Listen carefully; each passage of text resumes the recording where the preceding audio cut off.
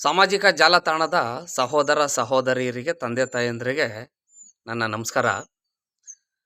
ಪ್ರಸ್ತುತ ಆಡಳಿತ ಪಕ್ಷ ಚುನಾವಣಾ ಪೂರ್ವ ಪ್ರಣಾಳಿಕೆಯಲ್ಲಿ ಸಾರಿಗೆ ಸಂಸ್ಥೆ ನೌಕರರಿಗೆ ಸರ್ಕಾರಿ ನೌಕರರಿಗಿರುವ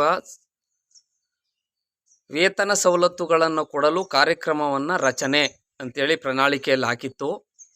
ಹಾಗಾಗಿ ಸಾರಿಗೆ ಸಂಸ್ಥೆ ನೌಕರರು ಸಹ ಆ ಪಕ್ಷವನ್ನು 99% ಬೆಂಬಲಿಸಿದರು. ಅದಾದ್ಮೇಲೆ ಸರ್ಕಾರ ಅಧಿಕಾರಕ್ಕೆ ಬಂತು. ಪ್ರಣಾಳಿಕೆಯಲ್ಲಿ ಹಾಕಿಸಿದ್ದಂಥ ಕರ್ನಾಟಕ ರಾಜ್ಯ ರಸ್ತೆ ಸಾರಿಗೆ ಸಂಸ್ಥೆ ನೌಕರರ ಒಕ್ಕೂಟ ಸಂಘಟನೆಗಳು ಪುರಭವನದಲ್ಲಿ ಒಂದು ಸನ್ಮಾನ ಸಮಾರಂಭವನ್ನು ಇಟ್ಕೊಂಡಿದ್ರು ಸಾರಿಗೆ ಸಚಿವರಿಗೆ. ಅಲ್ಲಿ ಸಾರಿಗೆ ಸಚಿವರು ಹೇಳಿದ್ರು, ಪ್ರಣಾಳಿಕೆಯಲ್ಲಿರುವ ವಿಚಾರ ನಮ್ಮ ಮನಸ್ಸಿನಲ್ಲಿದೆ, ಜಾರಿ ಮಾಡ್ತೀವಿ ಅಂತ. ಹಾಗೆ ಹಲವಾರು ಸಭೆ ಸಮಾರಂಭಗಳಲ್ಲಿ ಹೇಳ್ತಾ ಬಂದರು. ಯಾವಾಗ ಈ ಹಿಂದಿನ ಆಡಳಿತ ಪಕ್ಷ, ಇವತ್ತು ವಿರೋಧ ಪಕ್ಷವಾಗಿರೋರು 6ನೇ ವೇತನದ ಶಿಫಾರಸುಗಳನ್ನು ಅಳವಡಿಸ್ಕೊಳ್ತೀವಿ ಅಂತೇಳಿ ಅಳವಡಿಸ್ಕೊಳ್ದೇನೆ ಮುಷ್ಕರ ಆಯಿತು. ಸರ್ಕಾರಕ್ಕೆ ಇನ್ನು ಕೆಲವೇ ಒಂದು 12-13 ತಿಂಗಳಿದ್ದಾಗ ಸರ್ಕಾರಕ್ಕೆ 15% ವೇತನ ಹೆಚ್ಚಳವನ್ನು ಏಕಪಕ್ಷೀಯವಾಗಿ ಮಾಡಿಬಿಟ್ಟು ಅಲ್ಲಿ ಆದೇಶವನ್ನು 1/1/2020 ಅನ್ನೋದು ಬದಲಾಗಿ 23 ಅಂತೇಳಿ ನಮೂದು ಮಾಡಿಬಿಟ್ಟಿದ್ರು. ಆ ಆದೇಶ ಯಾವಾಗ ಸಾರಿಗೆ ಸಚಿವ್ರಿಗೆ ಬೀಳುತ್ತೋ, ಸಾರಿಗೆ ಸಚಿವರ ಹೇಳಿಕೆ ಅಲ್ಲಿಂದ ಉಲ್ಟಾ ಆಯಿತು. 1/1/2024 ಮಾಡುವಂಗಿಲ್ಲ, ನಾವು 1/1/2023 ಅಂತ ಮಾಡಿರೋದ್ರಿಂದ 2027 ಮಾಡಬೇಕಾಗ್ತದೆ ಆಯಿತು. ಅದಾದಮೇಲೆ ಈ ಹಿಂದಿನ ಸಂಪ್ರದಾಯದಂತೆ ವೇತನ ಪರಿಷ್ಕರಣೆ ಮಾಡಬೇಕಾದಂಥ ಸಂಘಟನೆಗಳೇನಿದ್ದೋ ಜಂಟಿ ಕ್ರಿಯಾ ಸಮಿತಿ ಸಂಘಟನೆಗಳು ಅಲ್ಲೊಂದಿಲ್ಲೊಂದು ಧರಣಿ ಸತ್ಯಾಗ್ರಹ ಮಾಡುವಾಗ ಸಾರಿಗೆ ಸಚಿವರು ಹೇಳ್ತಿದ್ರು, ಇಲ್ಲ ನಾವು ಮಾಡ್ತೀವಿ ಅಂತ. ಕಳೆದ ಡಿಸೆಂಬರ್ ತಿಂಗಳಲ್ಲಿ 2024 ಕೊನೆಯ ಡಿಸೆಂಬರ್ ತಿಂಗಳಲ್ಲಿ ಮುಷ್ಕರ ಕರೆ ಕೊಟ್ಟಿದ್ದಾಗ ಪ್ರಣಾಳಿಕೆಯಲ್ಲಿ ಹಾಕಿಸಿದ್ದಂಥ ಸಂಘಟನೆಗಳ ಮುಖ್ಯಸ್ಥರು ಈ ಮುಷ್ಕರಕ್ಕೆ ನಮ್ಮ ಬೆಂಬಲವಿಲ್ಲ ಅಂದಾಗ ಅಂತ ಹೇಳಿಕೆ ಕೊಡ್ತಾರೆ. ಅದಾದ ನಂತರ ಮುಷ್ಕರಕ್ಕೆ ಕರೆ ಕೊಟ್ಟಿದ್ದಂಥ ಸಂಘಟನೆಗಳಿಗೆ ಸರ್ಕಾರ ಮಾನ್ಯ ವ್ಯವಸ್ಥಾಪಕ ನಿರ್ದೇಶಕರ ಮೂಲಕ ಒಂದು ಪತ್ರವನ್ನು ಕೊಡ್ತದೆ. ಈ ಸರ್ಕಾರ ಬಂದ ಮೇಲೆ ಸಾರಿಗೆ ಸಂಸ್ಥೆ ನೌಕರರಿಗೆ ಏನೇನು ಕೊಟ್ಟಿದ್ದೀವಿ, ಶಕ್ತಿ ಯೋಜನೆದು ಎಷ್ಟು ಕೊಟ್ಟಿದ್ದೀವಿ, ಆರೋಗ್ಯ ಸಂಜೀವಿನಿ ಏನೇನೋ ಕೊಟ್ಟಿದ್ದೀವಿ, ಹಾಗಾಗಿ ಕೊಡ್ತೀವಿ ಅಂತೇಳಿ ಅವರು ಮುಷ್ಕರವನ್ನು ಯಾವಾಗ ಈ ಸಂಘಟನೆ ಬೆಂಬಲ ಇಲ್ಲ ಅಂತ ಹೇಳ್ತಾರೆ, ವಾಪಸ್ ತಗೊಬಿಡ್ತಾರೆ. ಅದಾದಮೇಲೆ ಕಳೆದ 2024 ಡಿಸೆಂಬರ್ ತಿಂಗಳಲ್ಲಿ ಮತ್ತೆ ಮುಷ್ಕರಕ್ಕೆ ಕರೆ ಕೊಡ್ತಾರೆ. ಡಿಸೆಂಬರ್ 31 ನಿಲ್ಲಿಸ್ತೀವಿ ಅಂತ. ಒಂದು ದಿನ ಮುಷ್ಕರ ನಡೀತದೆ. ಅಷ್ಟೊತ್ತು ನ್ಯಾಯಾಲಯ ಮಧ್ಯಪ್ರವೇಶ ಮಾಡಿ ಮುಷ್ಕರ ಮಾಡಬಾರ್ದು ಅಂತಾಗಿ ಅದು ಅಲ್ಲಿಗೆ ಕೊನೆಗೊಳ್ಳುತ್ತದೆ.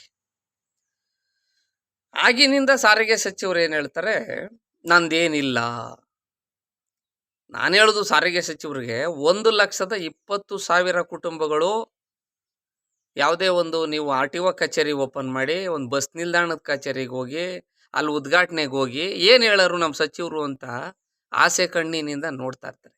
ನಾನು ಹೇಳೋದು ಸರ್ಕಾರ ನಡೆಸಿರುವ ಜನಪ್ರತಿನಿಧಿಗಳಿಗೆ ಯಾವುದೇ ಅಧಿವೇಶನ ನಡೆಯುವಾಗ ಅಧಿವೇಶನದಲ್ಲಿ ವಿಧೇಯಕಗಳ ಮಂಡನೆ ಮಾಡೋಕ್ಕೆ ಸಾಧ್ಯವಾಗದಿದ್ದಾಗ ರಾಜ್ಯಪಾಲರ ಮೂಲಕ ಸುಗ್ರೀವಾಜ್ಞೆಯನ್ನು ಹೊರಡಿಸಿ ನಿಮ್ಗೇನು ಬೇಕು ಅದನ್ನು ಜಾರಿ ಮಾಡ್ಕೋತೀರಿ.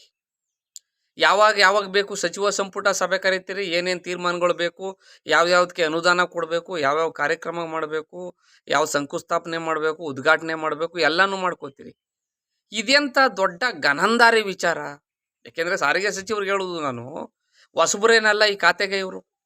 ಹಿಂದೆ ಏನೋ ಸರ್ಕಾರದಲ್ಲೂ 2013ರಿಂದ 2018 ಈ ಪಕ್ಷದ ಸರ್ಕಾರ ಇದ್ದಾಗಲೂ ಇದೇ ಖಾತೆಯನ್ನು ತಗೊಂಡವ್ರು. ಅವ್ರಿಗೂ ಗೊತ್ತು 4 ವರ್ಷಕ್ಕೊಂದ್ಸಲಿ ವೇತನ ಒಪ್ಪಂದ ಆಗಬೇಕು, ಸಂಘಟನೆಗಳ ಮಧ್ಯೆಗೋ ಏಕಪಕ್ಷೀಯವಾಗೋ 4 ವರ್ಷಕ್ಕೊಂದ್ಸಲ ಆಗಬೇಕು ಅಂತ, ಕಾರ್ಮಿಕ ಕಾಯ್ದೆ ಪ್ರಕಾರ ಅಂತ ಅವ್ರಿಗೂ ಗೊತ್ತಿದೆ. ಗೊತ್ತಿದ್ದು ಈ ರೀತಿ ಆಡ್ತಾ ಇರೋದು ಒಳ್ಳೇದಲ್ಲ. ಹಾಗಾಗಿ ನಾನು ಹಿಂದೆ ಹೇಳಿದೆ, ನೀವೇನೇ ಹೋರಾಟ ಮಾಡಿದ್ರು ಬೆಳಗಾವಿ ಅಧಿವೇಶನಕ್ಕೆ ಮೊದಲು ಹೋರಾಟ ಮಾಡ್ಬೇಕನ್ರಪ್ಪ ಸಾರಿಗೆ ಸಂಸ್ಥೆ ನೌಕರರು ಸಂಘಟನೆಗಳು. ಚಳಿಗಾಲದ ಅಧಿವೇಶನ ಮುಗಿತಿದ್ದಂಗೆ ಸ್ಥಳೀಯ ಸಂಸ್ಥೆಗಳು ಗ್ರಾಮ ಪಂಚಾಯತಿ, ಜಿಲ್ಲಾ ಪಂಚಾಯತಿಗೆ, ತಾಲೂಕ್ ಪಂಚಾಯತಿಗೆ ಚುನಾವಣೆಗಳು ಘೋಷಣೆ ಆಗ್ತವೆ. ಮೊದಲು ಗ್ರಾಮ ಪಂಚಾಯತಿ ಒಂದು 3 ತಿಂಗಳು ನೀತಿ ಸಂಹಿತೆ, ಅದಾದಮೇಲೆ ಜಿಲ್ಲಾ ತಾಲೂಕ್ ಪಂಚಾಯತಿ 3 ತಿಂಗಳು, ಅದಾದಮೇಲೆ ಗ್ರೇಟರ್ ಬೆಂಗಳೂರು ಚುನಾವಣೆ 3 ತಿಂಗಳು ಅಂದರೆ 2027 ಬಂದ್ಬಿಡ್ತದೆ. ಸರ್ಕಾರ ಹಳೆ ಆದೇಶ ಪ್ರಕಾರ ನಾವು ಮಾಡಿದ್ದೀವಿ ಅಂದ್ಬಿಟ್ರೆ ಏನು ಮಾಡ್ತೀರಿ? ಒಂದು ವೇತನ ಒಪ್ಪಂದವನ್ನೇ ಕಳ್ಕೊಳ್ಬೇಕಾಗ್ತದೆ ಅಂತ. ಹಾಗಾಗಿ ಇನ್ನೊಂದು ಕಡೆ ಕಾರ್ಮಿಕ ಇಲಾಖೆ ಇದೆಯಲ್ಲ, ಅದರಲ್ಲಿ ಸಂಧಾನ ಸಭೆ, ಅಲ್ಲೇನು 6ಕ್ಕೆ ಏರುವುದಿಲ್ಲ, 3ಕ್ಕೆ ಇಳಿದಿಲ್ಲ.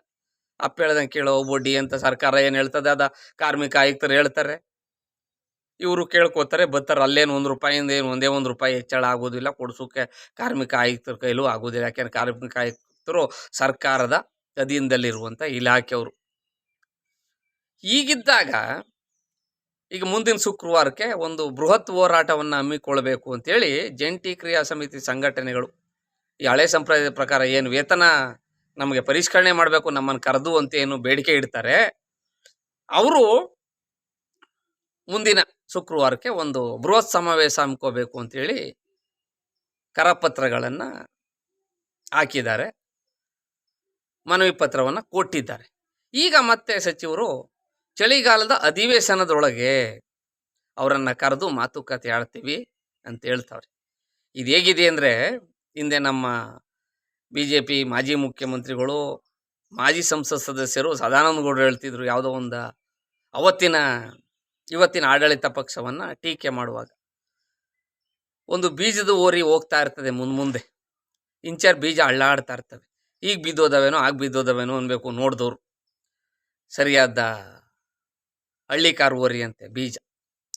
ಹಿಂದೆ ಒಂದು ನಾಯಿ ಹೋಯ್ತಾ ಇರ್ತದೆ, ಅದಕ್ಕೇನು ಅಂದರೆ ಈ ಬೀಜ ಬಿದ್ದೋದದೇನೋ ತಿನ್ಕೊಮ್ಮ, ಬೀಜ ಬಿದ್ದೋದೇನೋ ತಿನ್ಕೊಮ್ಮ ಅಂತ ಹೋಯ್ತಾನೆ ಇರ್ತದೆ. ಆ ಬೀಜ ಬೀಳುವುದಿಲ್ಲ ಕೆಳಕ್ಕೆ, ಈ ನಾಯಿ ತಿನ್ನುವುದಿಲ್ಲ. ಸಾರಿಗೆ ಸಂಸ್ಥೆ ನೌಕರರ ವೇತನ ಹೆಚ್ಚಳದ ವಿಚಾರದಲ್ಲಿ ಆಗ್ತಾ ಇರೋದು ಇಷ್ಟೇ. ಸಾರಿಗೆ ಸಚಿವರು ಹೇಳಿಕೆ ಕೊಟ್ಟಾಗ, ಕಾರ್ಮಿಕ ಆಯುಕ್ತರು ಮತ್ತು ಸಂಘಟನೆಗಳ ಮುಖ್ಯಸ್ಥರ ಮಧ್ಯೆ ಸಂಧಾನ ಸಭೆ ಏರ್ಪಟ್ಟಾಗ ಏನಾಯ್ತು ಈಗಾದದೆ ಆಗಾದದೆ. ಇವತ್ತು ನಾನೀಗ ಡ್ಯೂಟಿಗೆ ಹೋಗ್ಬೇಕು. ನಾನು ಬೆಂಗಳೂರು ಮಹಾನಗರ ಸಾರಿಗೆ ಸಂಸ್ಥೆಯಲ್ಲಿ ಒಬ್ಬ ಚಾಲಕ ಕಮ್ ನಿರ್ವಾಹಕನಾಗಿ ಸಾಮಾಜಿಕ ಜಾಲತಾಣದ ಮುಖಾಂತರ ಸಂಸ್ಥೆಯ ಸಾವಿರಾರು ಮಂದಿ ನನ್ನ ಪರಿಚಯ ಇದೆ. ಕೇಳ್ತಾರೆ, ಮಲ್ಲೇಶಣ್ಣ ಏನಾದದು? ಇವತ್ತು ವಿಚಾರಿಸ್ತಾರೆ, ಇನ್ನೇನು ಹೋಗುವಾಗ, ಏನು ಸಾರಿಗೆ ಸಚಿವರು ಹಿಂಗಂದವ್ರೆಲ್ಲಣ್ಣ ಏನಾರು ಆದದೆ ಅಂತ. ನಾನು ಉಂಕನಪ್ಪ, ಆದರೆ ಈ ತಿಂಗಳಲ್ಲಿ ಆಗ್ಬೋದು ನಿಮಗೆ, ಡಿಸೆಂಬರ್ ಚಳಿಗಾಲದ ಅಧಿವೇಶನದ ಒಳಗೆ. ಇಲ್ಲ ಅಂದರೆ 2027ಕ್ಕೆ ನಂಬ್ಕೊಂಡು ಸುಮ್ಮನಿದ್ದು ಬಿಡಿ. ಅದಕ್ಕೆ ಮೊದಲು ಕೊಟ್ಟರು ಅಂದರೆ ಖುಷಿ ಪಡಿ. ಇಲ್ಲದ್ರೆ 27 ಅಂದ್ಕೊಂಡಿರಿ. ಬೆಳಗ್ಗೆ ಎದ್ದಾಗ ಹಿಂಬಾಕಿ ಸರಿಸಮಾನ ವೇತನ ಪರಿಷ್ಕರಣೆ, ತಿರ್ಗಾ ನಾಷ್ಟ ಮಾಡುವಾಗ, ಮಧ್ಯಾಹ್ನ ಊಟ ಮಾಡುವಾಗ, ಕರ್ತವ್ಯ ಮುಗಿಸಿ ಮನಗೋಗುವಾಗ, ಮಧ್ಯರಾತ್ರಿಯಲ್ಲೂ ಕನಸಲ್ಲಿ ಕಂದ್ರಿಸಿ ಸರಿಸಮಾನ ಅಗ್ರಿಮೆಂಟು ಹರಿಹರಿಸು ಅನ್ಕೊಂಡು ಹೋಗಿಗ್ಬಿಟ್ಟಿರಿ. 27 ಅಂತ ಕುರ್ತ್ಕೊಳ್ಳಿ. ಅದಕ್ಕೆ ಮೊದಲು ಸಂಘಟನೆಗಳ ಮಾತಿಗೆ ಗೌರವ ಕೊಟ್ಟು ಸಾರಿಗೆ ಸಚಿವರು, ಸರ್ಕಾರದವರು ನೋಡ್ರಪ್ಪ 24ರಿಂದ ಅಂತ ಮಾಡಬೇಕಾಗಿತ್ತು, ಅವ್ರ ಆದೇಶ ಸರಿ ಇಲ್ಲ, ಏನೋ ಮಾನವೀಯತೆಯಿಂದ ಒಂದು ವರ್ಷದ್ದಿರಲಿ, 25ರಿಂದ ಕೊಟ್ಟಿವಿ. ಈ 1 ವರ್ಷದ ಹಿಂಬಾಕಿ ಅದೆಲ್ಲ ವೇತನ ಹೆಚ್ಚಳದ ಹಿಂಬಾಕಿ ಅದ 1 ತಿಂಗಳು ಕೊಟ್ಕೊಯ್ತೀವಿ, ಹಳೆ 14 ತಿಂಗಳ ಹಿಂಬಾಕಿಗೆ ಅಂತ ಏನಾರು ಹೇಳಿದ್ರೆ ಖುಷಿ ಪಡಿ. ಇಲ್ಲದೆ 27ಕ್ಕಂತೂ ಕಾಯಮ್ಮಾಗಿ ಆಯ್ತದೆ ಅಂತ 2027 ಮೇಲೆ ಭರವಸೆ ಇಡಿ ಅಂತ ನಾನು ಎಲ್ಲರಿಗೂ ಹೋಗ್ತಾ ಇರ್ತೀನಿ ಸಂಸ್ಥೆ ನೌಕರರಿಗೆ. ಹಾಗಾಗಿ ಮತ್ತೆ ಇದು ಏನು ಜಂಟಿ ಕ್ರಿಯಾ ಸಮಿತಿ ಸಂಘಟನೆಗಳ ಪ್ರತಿಭಟನೆ ಸಮಾವೇಶಕ್ಕೆ ಕರೆ ಕೊಟ್ಟವ್ರೆ. ಅದಕ್ಕೆ ಪ್ರತಿಫಲವಾಗಿ ಸಾರಿಗೆ ಸಚಿವರು ಏನು ಹೇಳವ್ರೆ, ಅಧಿವೇಶನದ ಒಳಗಡೆ ಶಕ್ತಿ ಯೋಜನೆಯ ಹಿಂಬಾಕಿಯನ್ನು ಕೊಟ್ಬಿಟ್ರು ಸಾಕು. ಸಾರಿಗೆ ಸಂಸ್ಥೆ ಅವ್ರು ಎಷ್ಟು % ಕೊಡ್ತಾ ಇದ್ದಾರೋ, 80 ಕೊಡ್ತಾ ಇದ್ದಾರೋ 90 ಕೊಡ್ತಾ ಇದ್ದಾರೋ ನನಗೆ ಗೊತ್ತಿಲ್ಲ. ಈ ಶಕ್ತಿ ಯೋಜನೆದೇನಿದೆ, ಸರ್ಕಾರದ ಮಹತ್ವಾಕಾಂಕ್ಷೆ ಯೋಜನೆ, ಆ ಶಕ್ತಿ ಯೋಜನೆ ಹಣವನ್ನು ಇದು ಕೊಟ್ಬಿಟ್ರೆ ಸಾರಿಗೆ ಸಂಸ್ಥೆ ನೌಕರರಿಗೆ 2024ರಿಂದ ವೇತನ ಹೆಚ್ಚಳ ಮಾಡ್ಬೋದು, ಹಿಂಬಾಕಿನೂ ಕೊಡ್ಬೋದು, ನಿವೃತ್ತಿಯಾಗಿರೋರಿಗೆ ಉಪಧನ, ಗಳಿಕೆ ರಜಾ ನಗದೀಕರಣ, ಏನೇನಿದ್ದವು ಎಲ್ಲನೇ ಕ್ಲಿಯರ್ ಮಾಡಿಬಿಡ್ಬೋದು. ಆ ಲೆಕ್ಕಾಚಾರದಲ್ಲಿ ದಯವಿಟ್ಟು ಸಾರಿಗೆ ಸಚಿವರು ಸ್ವಲ್ಪ ಯೋಚನೆ ಮಾಡಬೇಕು. ನಿಮ್ಮನ್ನು ನಂಬ್ಕೊಂಡು 1,20,000ಕ್ಕೂ ಹೆಚ್ಚು ಕುಟುಂಬಗಳು ನಂಬ್ಕೊಂಡಿದ್ದಾವೆ. ಯಾವುದೋ ಒಂದು 5,000 ಜನ 6,000 ಜನ ನೌಕರರಿರುವಂಥ ಖಾತೆಯ ಮಂತ್ರಿಗಳಲ್ಲ ತಾವು. 75 RTO ಇರಬೇಕು ರಾಜ್ಯದಲ್ಲಿ, 1,20,000ಕ್ಕೂ ಹೆಚ್ಚು ನೌಕರರು ಇರಬೇಕು ಸಾರಿಗೆ ನಿಗಮಗಳಲ್ಲಿ. ಅವರ ಕುಟುಂಬಗಳ ಪ್ರತಿನಿಧಿಯಾಗಿ ಆ ಕುಟುಂಬದಲ್ಲಿ ತಾವು ಒಬ್ಬರು ಅನ್ನೋದು ದಯವಿಟ್ಟು ನೆನಪಿನಲ್ಲಿರಲಿ ಅಂತ ಹೇಳ್ತಾ ನನ್ನ ಈ ವಿಡಿಯೋಗೆ ಪೂರ್ಣ ವಿರಾಮ ಆಗ್ತಾ ಇದ್ದೀನಿ. ದಯವಿಟ್ಟು ಸಾರಿಗೆ ಸಂಸ್ಥೆ ನೌಕರರು ಅಂತಲ್ಲ, ಯಾರೇ ಆಗಲಿ ನನ್ನ ವಿಡಿಯೋ ಯಾರು ನೋಡ್ತಾ ಇರ್ತೀರಿ, ನಿಮ್ಮ ಕುಟುಂಬದ ಅಣ್ಣನೋ ತಮ್ಮನೋ ಒಬ್ಬ ಮನೆ ಮಗನ ಸಮಾನನೋ ಅಂತೇಳಿ ನನ್ನ ಈ SP ಮಲ್ಲೇಶ್ BMTC @ಕರುನಾಡು ಅನ್ನುವಂಥ ಯೂಟ್ಯೂಬ್ ಚಾನಲನ್ನು ಸಬ್ಸ್ಕ್ರೈಬ್ ಮಾಡ್ಕೊಳ್ಳಿ. ಹತ್ತು ಹಲವು ಸಮಸ್ಯೆಗಳಿಗೆ ನಾವು ನೀವೆಲ್ಲ ಒಟ್ಟಾಗಿ ಪರಿಹಾರವನ್ನು ಕಂಡುಹಿಡಿಯುವ ನಿಟ್ಟಿನಲ್ಲಿ ಕಟ್ಟುವೆವು ನಾವು ಹೊಸ ನಾಡೊಂದನ್ನು, ಹೊಸ ಬೀಡೊಂದನ್ನು ಅನ್ನೋ ಲೆಕ್ಕದಲ್ಲಿ ಒಳ್ಳೆ ಸುಭದ್ರ, ಸುಸ್ಥಿರ, ಸದೃಢ ಕರ್ನಾಟಕವನ್ನು ಕಟ್ಟೋಣ. ಆ ಮೂಲಕ ಮುಂದಿನ ಪೀಳಿಗೆಗೆ ಒಳ್ಳೆ ಭವಿಷ್ಯವಿರುವ, ಆರ್ಥಿಕವಾಗಿ ಶಕ್ತಿ ಇರುವಂಥ ರಾಜ್ಯವನ್ನು ನಾವು ನಮ್ಮ ಮಕ್ಕಳಿಗೆ, ಮೊಮ್ಮಕ್ಕಳಿಗೆ, ಮುಂದಿನ ಪೀಳಿಗೆಗೆ ಕೊಡೋಣ ಅಂಥೇಳಿ ಮತ್ತೊಮ್ಮೆ ತಮಗೆಲ್ಲರಿಗೂ ವಂದಿಸ್ತಾ ನನ್ನ ಮಾತುಗಳಿಗೆ ಪೂರ್ಣ ವಿರಾಮವಾಗ್ತಾ ಇದ್ದೀನಿ. ಭಗವಂತ ಎಲ್ಲರಿಗೂ ಒಳ್ಳೇದು ಮಾಡಲಿ. ಜೈ ಹಿಂದ್, ಜೈ ಕರ್ನಾಟಕ, ಮತ್ತು ಶುಭ ದಿನ. ಧನ್ಯವಾದಗಳು.